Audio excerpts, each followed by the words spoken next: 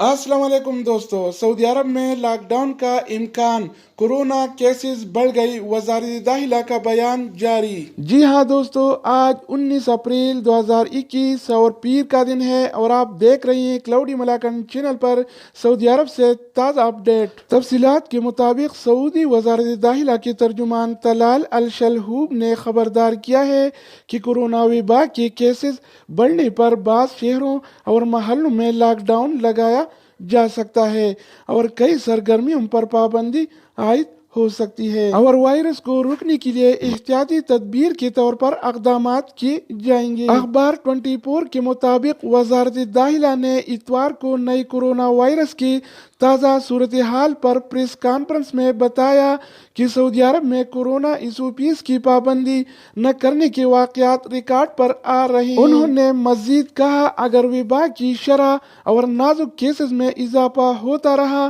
तो ऐसी सूरत में ऐसे इक़दामात करना पड़ेंगे जो मुआशरे के लिए नापसंदीदा होंगे। उसने मज़ीद कहा कि केसेस में इजाफे पर मुतल्लिका शहरों और महलों में लॉकडाउन लगाया जा सकता है, ट्रांसपोर्ट वसाइल मुअत्तल किए जा सकते हैं। वज़ारत दाखिला के तर्जुमान का मज़ीद कहना है कि बाज़ मशहूर शख्सियात कोरोना एसओपीज़ की पाबंदी नहीं कर रहे हैं। ये बात रिकॉर्ड पर आ चुकी है। उसने कहा कि सऊदी अरब में कोरोना के नए केसेस मुसलसल 900 से ज़्यादा सामने आ रहे हैं और एक्टिव केसेस 9000 से बढ़ गए हैं। इतवार 18 अप्रैल को भी गुज़श्ता 24 घंटों के दौरान कोरोना के 916 नए मरीज सामने आए थे, जबकि 907 अफराद वायरस से सेहतयाब भी हुए थे। तो दोस्तों, ये थी अब तक की ताज़ा तरीन मालूमात। मजीद न्यू अपडेट्स और मालूमाती वीडियोस के लिए इस चैनल के साथ जुड़ी रही है, यानी इसको सब्सक्राइब करें।